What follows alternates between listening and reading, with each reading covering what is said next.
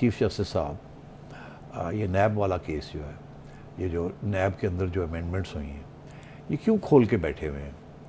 और हम ये भी देखेंगे, हम वो भी देखेंगे, बल्कि रिकॉर्ड भी मंगवा लिया और सारा रिकॉर्ड भी मंगवा लिया है। ये आज तक, और उनमें से 3 जजेस हैं, एक चीफ जस्टिस साहब हैं, 2 जजेस और हैं। उनमें से एक जज साहब जो है वो उनका पहले से पता होता है वो क्या किस किस्म का फ़ैसला देंगे, उनकी पॉइंट ऑफ व्यू बड़ा वाज़ेह है।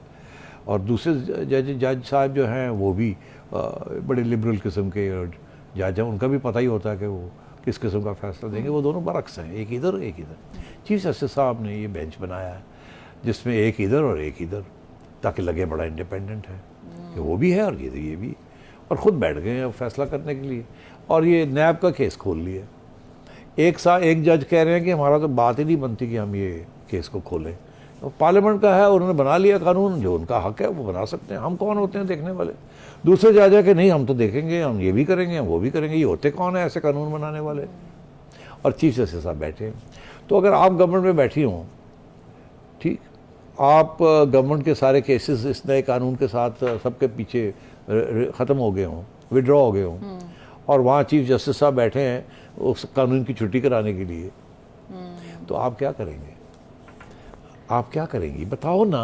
मैं फिर जाहिर है जो भी हो रहा है वही होगा ना। हाँ, आप आएंगी और कहेंगी सेठी साहब कि चीफ जस्टिस साहब ने आके छोड़ पा दियो, नहीं थी उन्होंने सारा कट्टा खोल लेना, सारा कानून जड़ा और साड़ी छुट्टी करा देनी, साढ़े केसेस वापस आ जाने थे, फिर मामला ख़राब हो जाए। तो कॉम्प्रोमाइज़ हो गई है।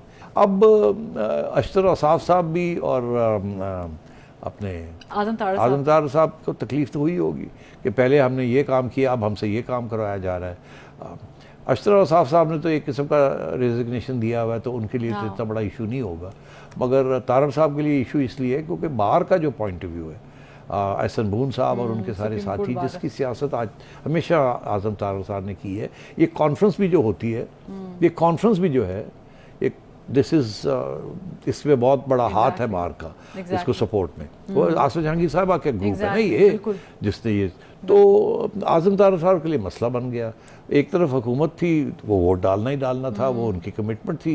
एज उधर ये खबर हो जाएगी गवर्नमेंट में तो रहेगा नहीं ना, मगर बाहर तो रहेगा और सियासत उनकी रहेगी, तो उन्होंने इस्तीफ़ा दे दिया। तो ये दोनों चीज़ें हुई हैं। मगर साथ साथ बेबसी की बात ये है कि तारड़ साहब को भी कहा गया था कि आप मेहरबानी करके भी कोई बयान दें, प्रेस कॉन्फ्रेंस करें, कि प्रेस कॉन्फ्रेंस करें।